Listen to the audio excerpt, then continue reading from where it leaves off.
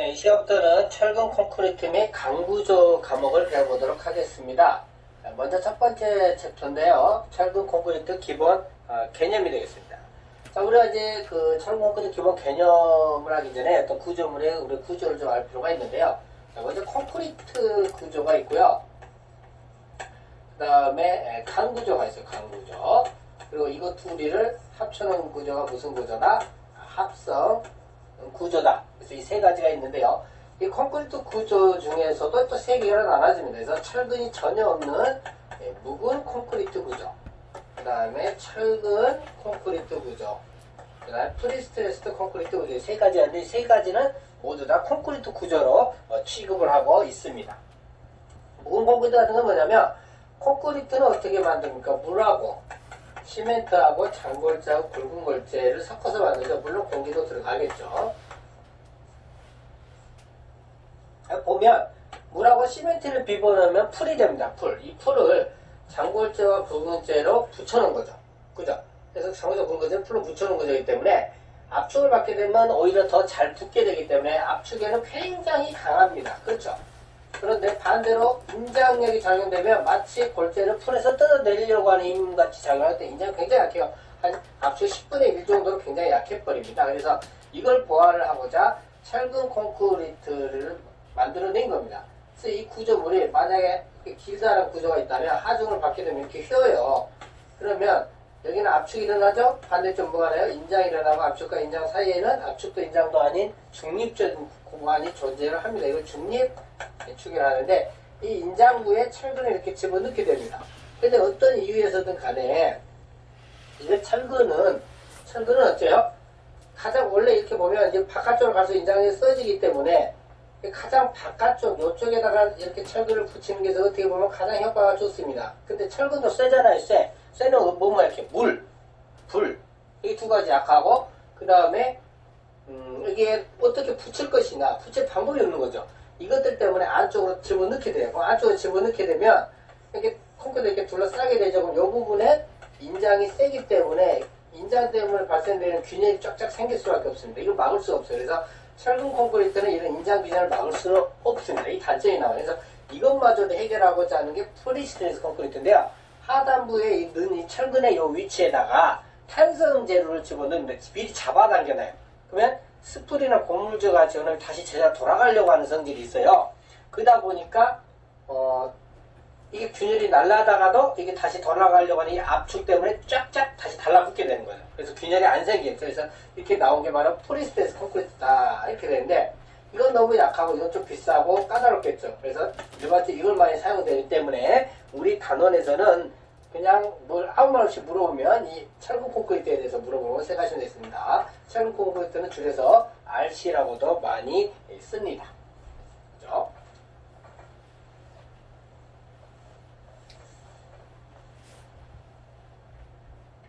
자, 그다음 콘크리트 강도입니다. 배합 강도인데요. 자, 우리 강도는 이 FCK 뭐 이게 설계 기준 강도고요. 이건 배합 강도입니다. 배합 강도라고 하는 것은 물, 시멘트, 장구조, 굵은재를 어느 정도 배율로 섞을 것이냐가 배합이죠. 그래서 그거를 목표로 하는 강도고요. FCK 이거는 설계 기준 강도, 설계 기준이 되는 강도입니다.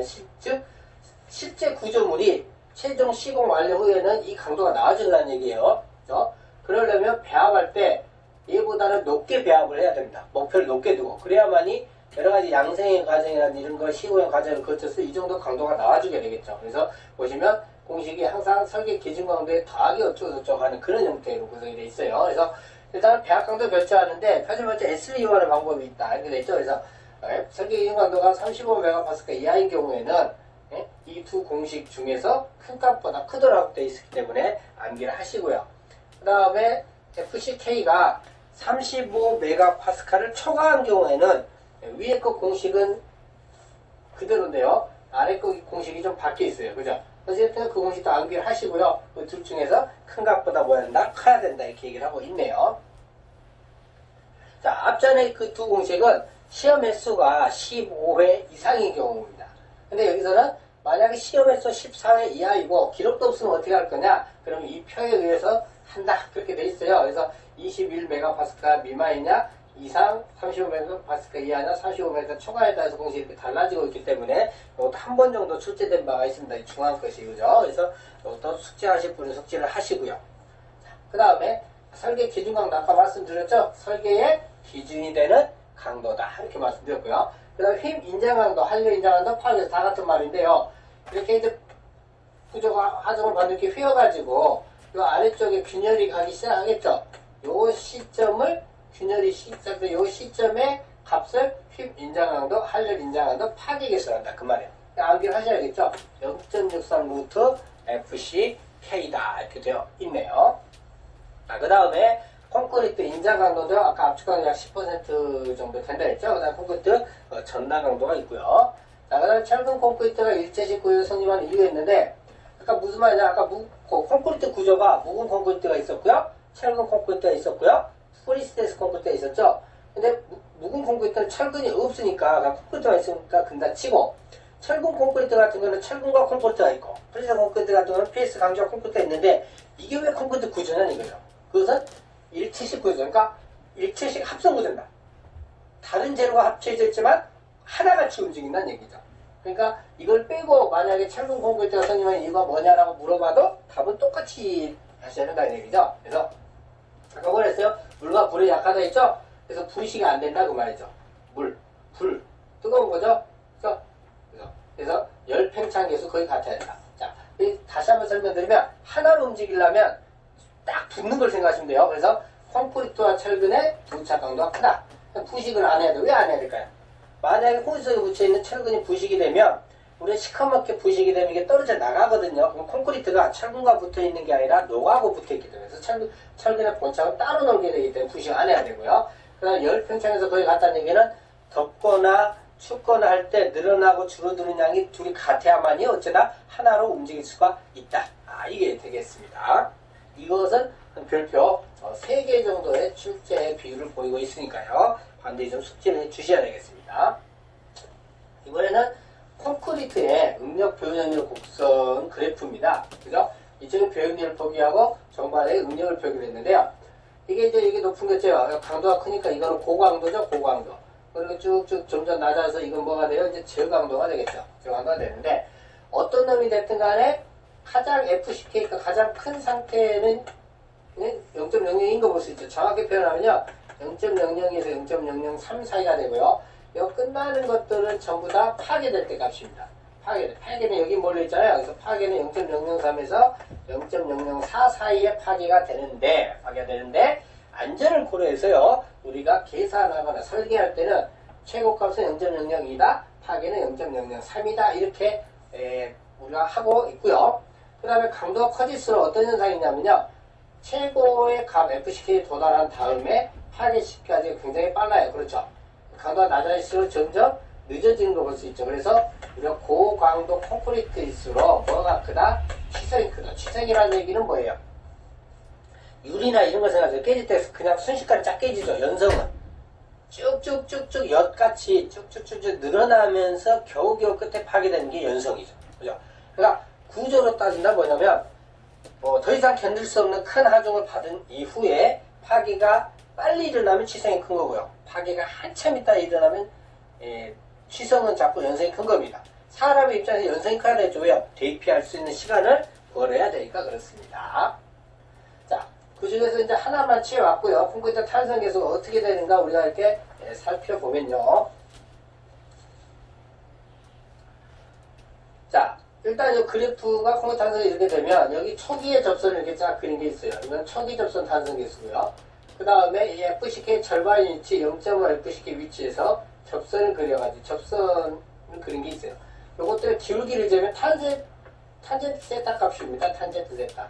여기서는 얘가 되겠죠. 밑에서 세트고요. 자, 그런데 보면 얘가 값이 훨씬 크고 얘가 값이 적은 것이 알 수가 있겠죠. 그래서 좀 우리가 요것들의 중앙값을 구하고자 위해서 이 제로점에서 0.5 FCK 이 점을 연결시키는 선을 하나 넣습니다. 그래서 우리가 요놈의 기울기 값으로 우리가 탄성계수로 하고 이것을 이 기울기를 뭐라고 하냐면 할선계수 또는 시컨트 계수라고 합니다. 그래서 할선 탄성계수, 시컨트 계수가 우리가 일반적으로 사용되는 계수고 보시고 그 다음에 이 값들은 어떻게 되느냐 표가 있어요. 그죠? 그래서 이게 시방사가 좀 개정된 값이니까요. 그죠? 암기를 하셔야 되겠습니다. 일반적으로는 0.00 GL MC 1.5서 3중 루트 FCU다 이렇게 되어 있고요. FCU라고 하는 설계 기준 강도 FCK 플러스 8MPa 하는 것입니다. 그 다음에 보통 콘크리트죠. 다이중량 2300kg 세제곱미터 할 때는 어떻게 되느냐? 8500에서 3중 루트 FCU다. 보통 콘크리트 값이니까 외우시고요. 그 다음에 요것도 하나 있죠. EC는 ECI의 0.85. 그래서 ECI는 뭐냐? 초기 접선 탄성 개수고, EC는 우리가 쓰고 있는 할선 탄성 개수다. MC는 뭐에서 지금까지 콘크리트의 다이중량이었죠. 시험에 출제를 떠나서 가장 기본적인 사항이니까 토목공학도라면 알고 계셔야 될 내용이고요. 그 다음에 이제 철근의 응력, 배응률, 곡선인데요. 그거 같은 경우에는 만약 예제는 뭐냐면 완전 직선이기 때문에요. 변형률이 1일 때 응력 2였다면 변형 2가 되면 응력 뭐가 돼요? 4가 되죠. 완전 비례하니까 비례한도라고요. B는 약간 0.02%의 수부성 변형만 생겨요. 그래서 별로 구별이 안 간다, 눈으로. 그래서 여기까지는 이 비례식이 성립한다고 봅니다. 근데 이제 그것 때 나온 공식이 후크의 법칙이고요. 각 시간에서는 이제 후크의 법칙이 있었었죠. 그죠? 이거를 탄성한 게 상하무적, 하무적, 극한적, 파괴적 뭐 이렇게 됩니다. 그래서 여기서 나온 철근의 탄성 개수는 딱 하나입니다. 외우시면 됩니다. 얼마? 2 곱하기 10의 5승배가 파스칼. 이걸 모르시면 안 되겠죠. 반드시 암기를 하셔야 되겠고요. 그 다음 프리스트레싱 빈장제도 값이 똑같고요. 현관 같은 경우는 2.1 곱하기 15승을 약간 크긴 하네요. 밑에 거는 참고하시고요. 그 다음 탄성계수 B는 항상 우리가 중요한 거, 기준이 될 만한 게 분모로 간다고 이렇게 앞에서도 쭉 배워왔습니다. 그래서 탄성계수 B라고 하면서 콘크리트의 탄성계수분에 철근의 탄성계수에서 공식이 이렇게 되는구나 하는 것 정도 알고 계시면 될 것 같고요. 자, 그 다음에 이제 콘크리트 크리프입니다. 자, 크리프라고 하는 건 뭐냐면 원인이 뭐예요? 원인이 보시면 지소과중입니다. 지소과중. 이 지소과중에 의해서 서서히 발생되는 소고성 변형이라는 얘기죠. 탄성이 아니라는 얘기죠. 다시 되돌아갈 수 없다는 얘기죠. 그죠? 그 다음 크리프 일반적 성질을 보면 자, 하중이 제한 후에 28일 동안에요. 약 50%의 크리프 변형의 진전율이 보입니다. 그리고 4개월 이내에는 약 80%, 그리고 2년 이내는 약 90%를 가다가 4년에서 5년 정도가 되면 100%로 완료되는 경우가 이렇게 종종 발생합니다. 이거 보면 처음에는 굉장히 어때요? 증가속도가 빠르다가 나중에 점점 느려지죠. 그쵸? 이거 알 수 있겠네요. 즉 처음에는 콘크리트 강도가 어때요? 많이 안 나왔잖아요. 작잖아요. 그러니까 빠르고 클 때는 어때요? 늦다. 이걸 알 수가 있겠죠? 5년이 끝난 이유는요. 우리 사람도 어때요? 커가는 기간이 20한 3년 정도 걸린다. 그죠? 콘크리트도 5년입니다. 그래서 5년 동안은 점점 강해지고 5년 이후에는 노후되는 걸로 봅니다. 그때는 유지관리 쪽으로 보기 때문에 이 이론에 맞지가 않겠죠. 그렇죠? 그래서 일반적으로 5에서 7년인데 그냥 안전을 구해서 5년으로 하고가 있습니다. 자, 크리프 변형인데 크리프도 보면 장기 변형이기 때문에 지소과중엔 장기 변형이기 때문에 항상 이런 장기 변형은요. 단기 변형, 탄선 변형이나 개수를 곱해서 구하고 있습니다. 그래서 탄선 변형 값에다가 크리프 개수를 곱해서 구하고 있다는 거 모양새. 그냥 크리프 개수가 일반적으로 1.5에서 3 정도 되고 있죠. 그냥 수중 5개 5내 1, 2, 3 이렇게 되고 있죠. 예전에도 이거 축제 많이 됐었는데 지금은 그다지 많이 되고 있지는 않습니다. 자, 그 다음에 이제 콘크리트의 건조 수축에 대해서 살펴보도록 하겠는데요. 아까 크리프의 원인은 지소과중에 의한 소성 변형이잖아요. 장기 소성 변형. 크리프 건조 수축은 원인이 뭐냐? 건조입니다. 건조. 따라 이름은 자연 수축이라고 있죠. 이것은 뭐냐면 자, 시멘트가요 물을 만나면 화학 반응을 일으키면서 굳어져 갑니다. 그걸 수화 반응이라고 해요. 수화 반응. 그렇죠? 그래서 이 풀이 굳어져 가면서 골재들이 딱딱딱 달라붙으면서 이제 콘크리트나 모르타르가 구성이 되겠죠. 근데 이 수화 반응이 발생이 되면 수화열이 발생합니다. 그래서 굳어져 가는 과정 중에서 열이 발생하는데요. 이러한 수화 반응을 일으키는 데 필요한 물과 시멘트의 비는 25%면 충분한데요. 이러면 작업이 안 돼요. 예? 예를 들어서 저쪽으로 좀 시멘트가 흘러 들어가서 콘크리트가 흘러 들어가서 채워져야 하는데 흘러가지 않고 무슨 데 딱 멈춰버립니다. 그죠? 이런 작업을 할 수 있게 된 작업 수량에서 물을 더 많이 할 수밖에 없게 되고요. 예를 들어 뭐 45% 정도를 했다면 20에서 15에서 20%이 물이 어디가 들어가 있냐 보면 이 골재들이 있고요. 그 안에 보면 이 피 공간이 있는데 이 피 공간에 물하고 공기가 잘 찾아오는데 이 물 안으로 다 들어가 있습니다. 이걸 공급수라고 또는 강급수라고 하겠죠. 근데 수화연이 한 800도씨 정도 된대요. 그럼 여기 엄청 뜨거우니까 우리가 준자에 물 끓여보셨으면 100도에서도 바글바글 끓는 거 알 수 있죠. 근데 800도씨 이 물을 가만히 있을 수가 없게 되죠. 그래서 이 물이 굉장히 끓어가지고요. 위로 올라가게 됩니다. 그래서 그 점 위로 올라가는 거 뭐라고 그래? 블리딩이라고 하고 찌꺼기랑 같이 올라가는 거야? 레지탄스라고 하죠. 위에 백태나 백화가 만들어지겠죠. 자, 이렇게 해서 이런 거죠. 그러면 이 있던 물이 위로 증발하고 없어버리니까 이 골재들이 여기를 채우려고 내려올라가겠죠. 이것이 수축입니다. 건조 수축. 그죠? 근데 초기에 홍기가 굉장히 약할 때는 이러한 건조 수축이 굉장히 영향이 크겠죠. 근데 나중에 홍기가 강해지면 건조 수축의 영향이 떨어지겠죠. 그죠? 그래서 이것도 마찬가지 초기에는 굉장히 빠르게 진행을 하지만 나중에 갈수록 그래서 늦어진다는 걸 알 수가 있습니다. 자, 이제는 크리프와 건조 수축의 특징을 보겠는데요. 이건 크리프에 대한 값이고요. 다음에 이거는 건조 수축에 대한 값인데 이걸 우리가 어쩔 때 건조 수축이 작은지 크리프와 작은지를 다 외울 수는 없죠. 그런데 안 외워도 맞출 수 있는 방법이 있어요. 네. 자, 그걸 좀 설명을 드리겠는데 자, 크리프의 원인은 장기화 중이었고 건조 수축의 원인은 건조였지만요. 사실 우리가 컴퓨터 구조 설계 기준에 보면 이것들은 구별을 할 수 없다고 돼 있어요. 그러니까 관례적으로 항문상으로 구별했을 뿐 실제로 구별이 된다는데 안 된다 그 말입니다. 그래서 우리는 주로 건조 수축을 중요하게 다룹니다. 그래서 크리프로 생각하지 마시고 그 특성을 그때 건조 수축으로 생각하세요. 안 그러면 크리프로 특성을 생각하다 보면 틀릴 것들이 있기 때문에 오히려 크리프의 특성을 시험에 더 잘 물어봐요. 그런데 건조 수축을 생각해버리면 틀릴 게 하나도 없다. 그러면 건조 수축은 어떻게 했냐? 자, 크리프나 건조 수축은 나쁜 거죠. 그죠? 그럼 이것들을 어떻게 하면 줄일 수 있는가를 검토를 해야 되겠죠. 자, 그럼 어떨 때 줄어들어요? 콘크리트 강도가 크면 줄어들겠죠. 그럼 어쩔 때 콘크리트 강도가 커요? 물과 시멘트 비가 작으면 커요. 즉 물의 양이 작으면 커요. 시멘트 양은 커야 돼요? 아니죠. 주의하셔야 됩니다. 여기가 시멘트는 굉장히 미세한 입자이기 때문에 그놈의 또 특성이 있어요. 그래서 많이 들어가면 강도가 떨어집니다. 그래서 시멘트도 작게 떠야 됩니다. 최대한. 그죠? 그래서 적합한 범위 내에서 작게 놔야 돼요. 이거 조심하시고요. 자, 그 다음에 철근을 넣는데 뭐 있다고 하면 돼요? 잘 배치했다. 다짐을 잘 하겠다. 뭐 이렇게 되죠. 그 다음에 똑같은 조건이라면 부재의 크기, 부재 치수가 클수록 튼튼하죠. 똑같은 조건이라면 자, 이렇게 되겠습니다. 또 하나 조건인데 빨래 있죠. 빨래. 건조하면 빨래가 잘 마르지 않는 환경이어야 돼. 그럼 어쩔 때 안 마르냐?